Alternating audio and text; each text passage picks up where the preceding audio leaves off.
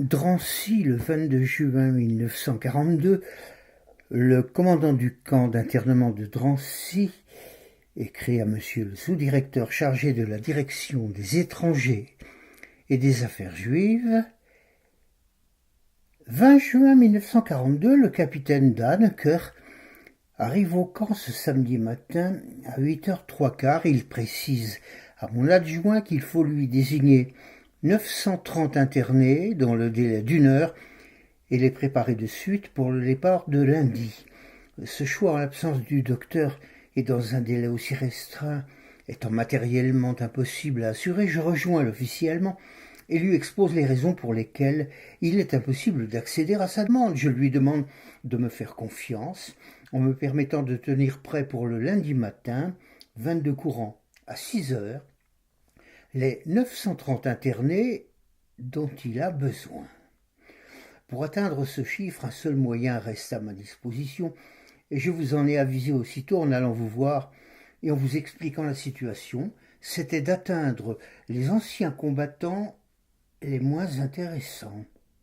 Après étude attentive de la situation, j'ai donc dû faire désigner par le docteur Thiene de nouveaux inaptes temporaires, et en y ajoutant 150 anciens combattants, j'ai pu atteindre le chiffre de 930 demandé par les autorités occupantes.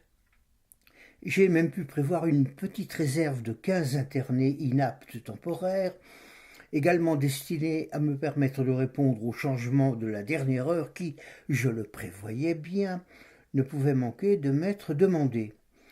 Le même dimanche 21 courant, l'après-midi a été consacré de 12h à 17h à la fouille des bagages des internés désignés pour partir, fouille exécutée dans un réfectoire et dans une salle de distribution de colis par 25 inspecteurs de la police aux questions juives. Je dois à la vérité vous dire que cette opération a été exécutée cette fois-ci dans des conditions qui m'ont donné toute satisfaction.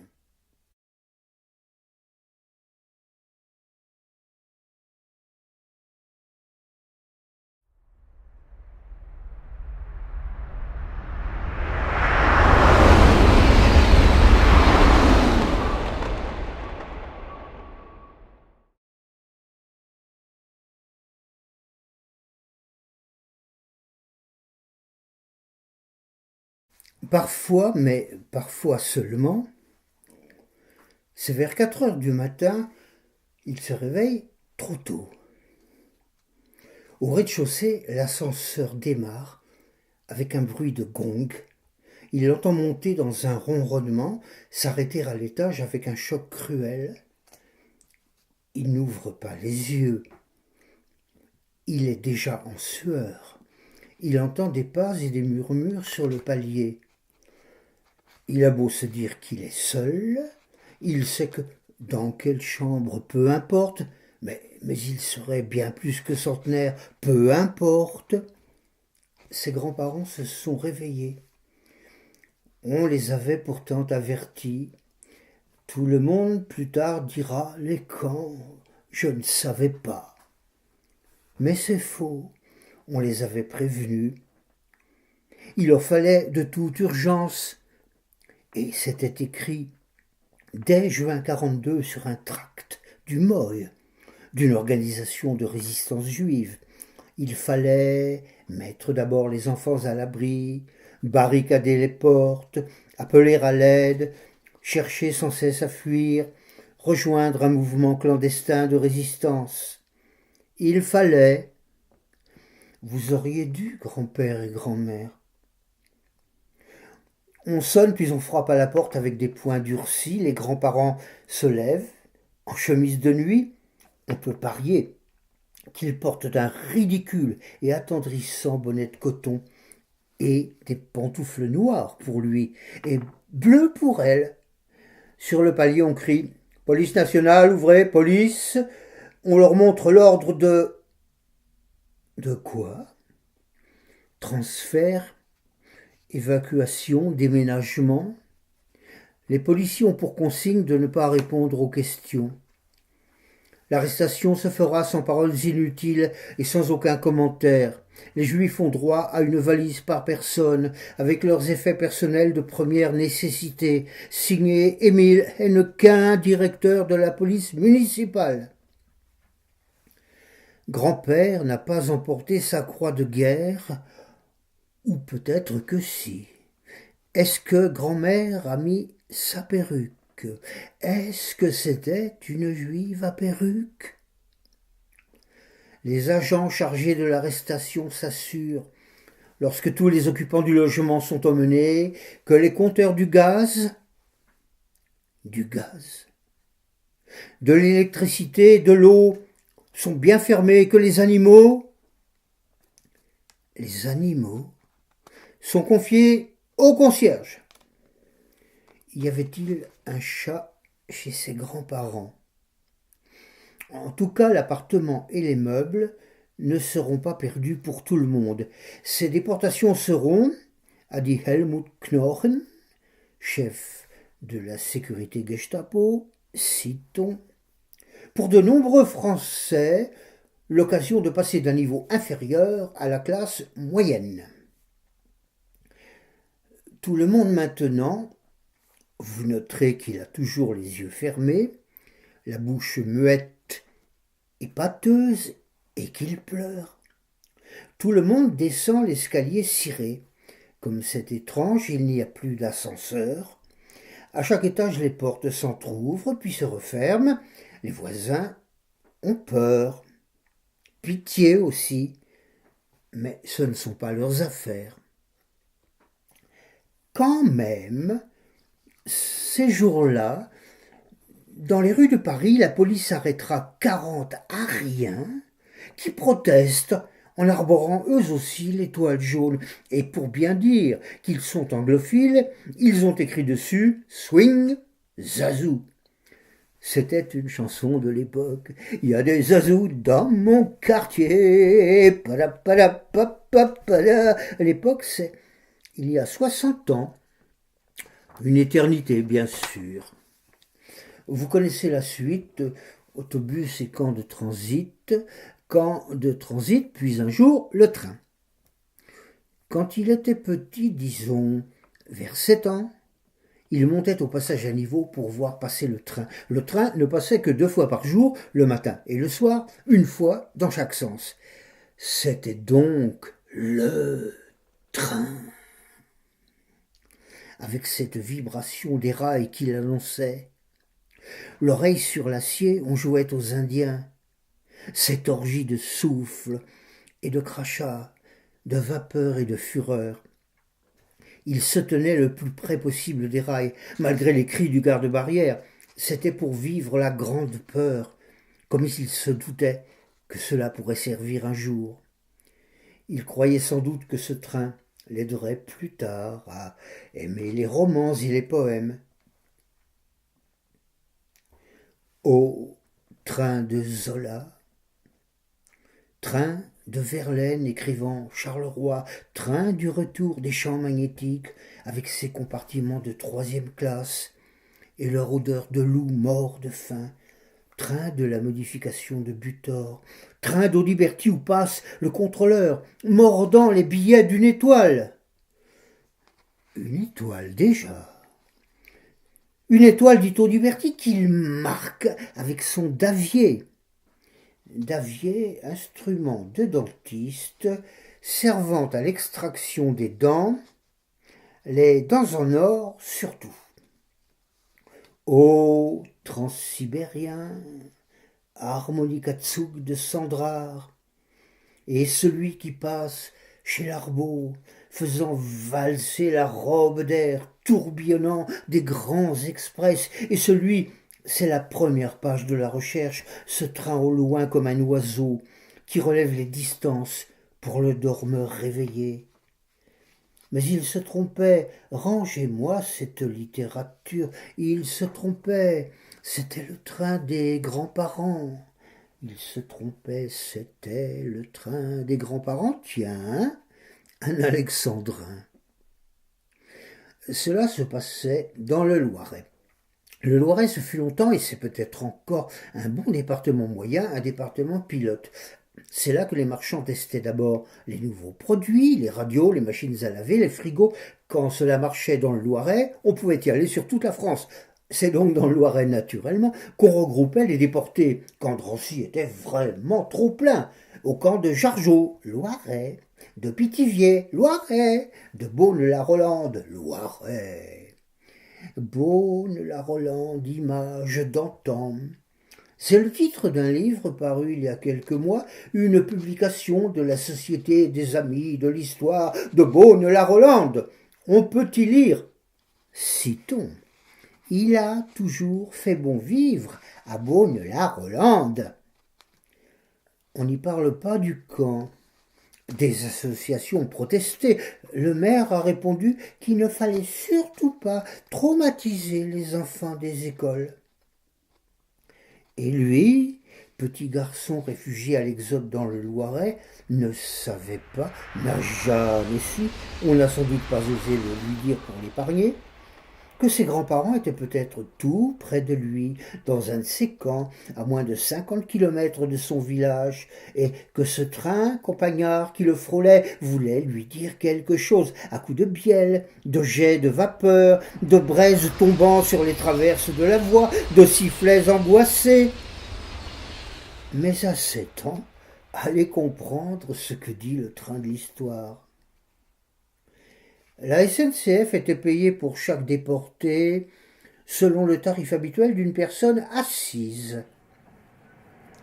Il a toujours aimé les trains en souvenir de ce passage à niveau, même les trains électriques, souples et lisses, presque silencieux, hygiéniques. La SNCF a fourni, citons, la meilleure qualité de wagons à bestiaux pour ce qu'elle appelait respectueusement, citons, les passagers. Il prend parfois le train vers Paris, vers Nantes, Bordeaux, Clermont-Ferrand, Niort. La SNCF a désigné des responsables de haut niveau qui accompagnaient les convois à la frontière jusqu'au terme, citons, de sa responsabilité administrative. Mais c'est le train vers Briançon qui compte pour lui. Le seul train qui dise encore un peu la vérité. À Valence, après la soie du TGV, c'est un vieux train branlant qui prend le relais, aux banquettes défoncées, aux vitres graisseuses. La porte des toilettes mal fermée bat avec violence. On sent une odeur de pisse et de merde qui se répand dans le couloir. C'est vraiment, disent les voyageurs, un train d'avant-guerre. Ma parole, sur les lignes secondaires, ils nous traitent vraiment comme du bétail. C'est parce que nous sommes des cutéreux. Lui se penche à la fenêtre dans les grandes courbes pour voir la locomotive. Il en était sûr. On croit qu'il s'agit d'une motrice électrique.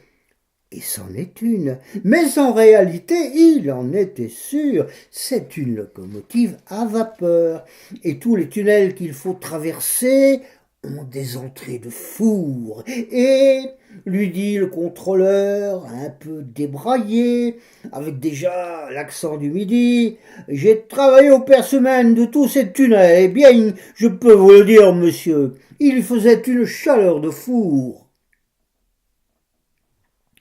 La vérité vraie, c'est que, roulant vers Nantes, ou Paris, ou Niort, ou Briançon, malgré les caténaires, tous les trains crachent de la vapeur et des sifflets de mort, et malgré la boussole ou la position du soleil qui décline à votre droite, tous les trains s'en vont vers l'est.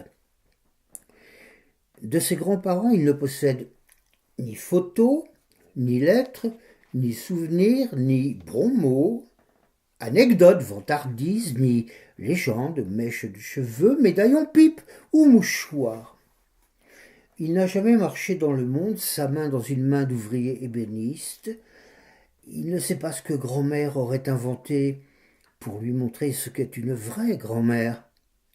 Ils ne furent pas là pour ses chagrins, ses bobos, ses erreurs et ses fautes. Quand il ferme fort les yeux, il n'arrive pas à revoir leur visage. Ils sont là-bas, au-delà de là-bas. Et même il n'y a pas d'au-delà. Il n'y a pas d'abonné au numéro qu'il ne songe même pas à demander. Il n'y a pas d'âme ni de fantôme, en allemand Gespenst. Il n'y a pas d'ange gardien, pas d'ombre de vapeur, pas de cendre, et même pas le manque ou la privation, la spoliation ou le vide. Autrefois, il croyait encore possible de saisir leur absence ou même tout juste l'effleurer. On pouvait peut-être, et c'était son devoir après tout, on pouvait peut-être aller là-bas, vers l'est. On ne savait pas trop bien le nom du camp où tout se termina, mais n'importe lequel ferait l'affaire, la partie pour le tout. Pars pro toto, Buchenwald, Treblinka, Auschwitz, Majdanek, n'oublions pas Petit Boy, Dora, Theresienstadt, Sobibor, Ravarouska. Dans la litanie tous se valent. Perdu en pleine campagne bavaroise, il arrêta la voiture près d'une ferme, rassembla tout son pauvre allemand. Entschuldigen Sie, demanda un paysan où se trouvait. Entschuldigen Sie, où se trouvait. Enfin, il voyait bien de quoi il retournait. Entschuldigen Sie, c'est même lui qui s'excusait. Où se trouvait la chose innommable. Le paysan le regardait sévèrement. C'était un temps de pluie. Le paysan ne savait pas. Le paysan ne comprenait pas ce qu'on lui demandait. Le paysan allemand, voyez-vous, ne parlait sans doute pas allemand. Il fallut repartir sans avoir trouvé le chemin du camp de Dachau. Aujourd'hui, s'il s'en donnait la peine, il pourrait consulter le CD-ROM du mémorial. Il descendrait lentement l'interminable colonne Galber, Gelb, Geldmann, Gefellbaum, Glatzermann, Gleiser, Gleitzer, Glissmann, Gluckmann, Goldberg. Ma parole, ils s'appelaient tous Goldberg. Goldberg, c'était donc comme chez nous Martin. Mais à quoi bon, puisqu'il ne porte même plus ce nom rutilant, dérisoire et parodique. Et puis, c'est une grande révélation qu'il doit se faire. Ses parents ne sont peut-être pas sur la liste du mémorial parce que, voyez-vous, ses grands-parents étaient et sont encore bien frais, tziganes, PD, communistes, refusnik, arméniens, basques, palestiniens, tutsis, kurdes, tibétains, communards, irlandais, acadiens, républicains espagnols, et accessoirement, peut-être même, juifs. L'an dernier, recevant copie de l'acte de naissance de son père, il apprit que le grand-père se prénommait Lazare. Naturellement, on n'y résiste pas. Il murmura comme l'autre juif d'il y a 2 millénaires, « Lazare, Lazare, sors du tombeau !» Mais il n'avait pas le coup de main. Et puis l'autre avait un avantage, le cadavre tout frais devant lui, bien palpable dans ses bandelets tout en suaire. Tandis que lui, l'imitateur incroyant, n'avait même pas de lettres, pas de photos. Wir lassen die Gräber ruhen, dit Nietzsche. Nous laissons les tombes en paix. Hors de propos, il n'y a pas de tombe, juste le néant, le vrai néant, qui ne se peut dire ou penser, le rien, je vous assure, le rien de rien. Un bruit de clé dans une serrure, c'est le voisin d'en face qui rentre à 4 heures du matin, d'un voyage, d'une nuit entre copains, d'un travail nocturne. Il fait peut-être les 3 à 8. C'est juste le voisin d'en face. Il ne s'est rien passé. Les agents sont de braves gens, comme disait la chanson. Bonnes gens, il est 4 heures, dormez en paix. Il est 4 heures, essaie de dormir. Tu retrouveras bien assez tôt le seul héritage de ton grand-père et de ta grand-mère, celui, dit René Char, qui n'est précédé d'aucun testament, et qui contient la douleur d'être homme, la honte d'être homme, la peur d'être homme.